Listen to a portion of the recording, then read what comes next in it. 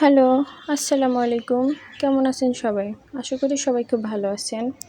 আলহামদুলিল্লাহ আমরাও ভালো আছি।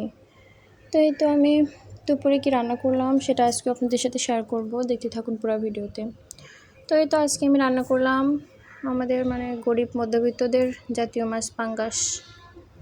এটা আর কি ভুনা করলাম, সাথে লম্বা লম্বা করে পটল ভাজি। কি আর বলবো বলেন, সব কিছুর যা দাম। আমাদের জন্য জাতীয় মাছ পাঙ্গাস আর জাতীয় মাংস হলো ব্রয়লার মুরগি।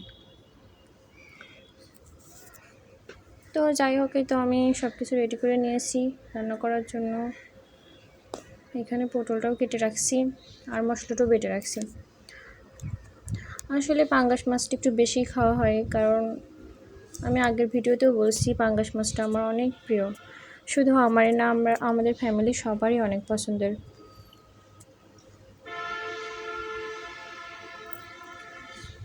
এই জন্য আর কি, অন্য মাছ ফ্রিজে থাক বা না থাক, পাঙ্গাস মাছ আমি সবসময় রাখি। অনেকের হয়তো এটা পছন্দ না, অনেকে এটা খেতে পারেন না, তবে আমাদের কাছে তো খুবই ভালো লাগে। বিশেষ করে ভুনা, পাঙ্গাস মাছ সবসময় ভুনা করেই খাই। সবজি দিয়ে খুবই কম রান্না করা হয়। তো আমি একদিকে মশলাটাও কষাচ্ছি, আর অন্যদিকে মাছগুলো একটু ভেজে নিব যেন রান্নাটা দ্রুত হয়।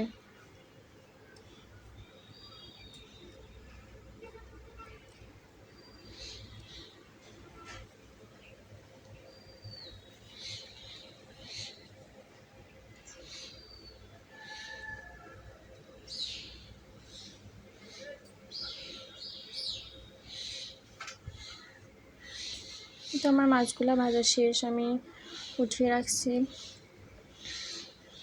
এখন ওই ফ্রাই প্যানের মধ্যে আমি পটলগুলো দিয়ে ওইগুলো একটু ভেজে নেব।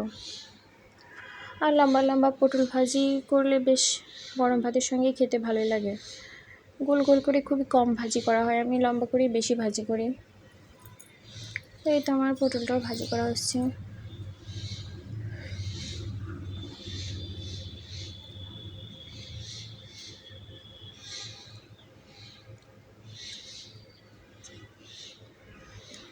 আমার মশলাটাও ভুনা করা প্রায় শেষ। আমি এর মধ্যে এখন মাছ অ্যাড করে দিয়ে কিছুক্ষণ মাছ দিয়েও কষিয়ে নেব।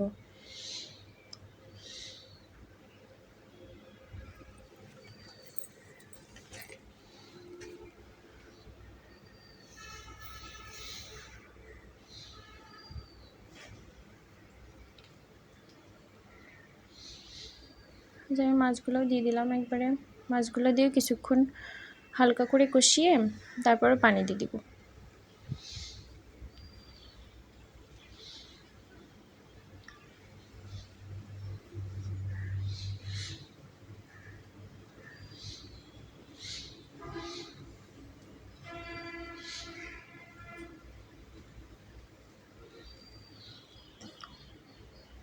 আমার মাছের মধ্যেও পানি দিয়ে দিলাম। ওদিকে পটলগুলোও ভাজা করে হয়ে যাচ্ছে।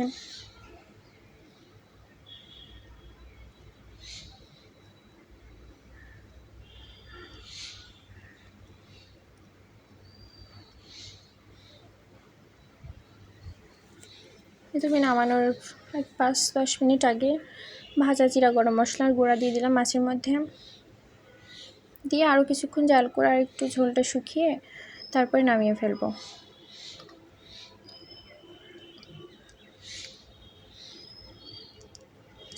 আমার 2টা রান্নাই শেষ প্রায়। আর পটলটা একটু হালকা ভেজেছি, খুব বেশি কড়া করে ভাজলে ভালো লাগে না, আর কি তিতে তিতে লাগে। এই জন্য একটু হালকা হালকাই করে রাখি ভাজি, আমাদের কাছে এটাই ভালো লাগে। তো আমার রান্নাবান্না শেষ, আমি সব কিছু গুছিয়ে নিয়েছি, রেডি করে নিয়েছি খাওয়ার জন্য। তো সবাই ভালো থাকবেন, সুস্থ থাকবেন। ভিডিওটা ভালো লাগলে লাইক কমেন্ট শেয়ার করবেন। আল্লাহ হাফেজ।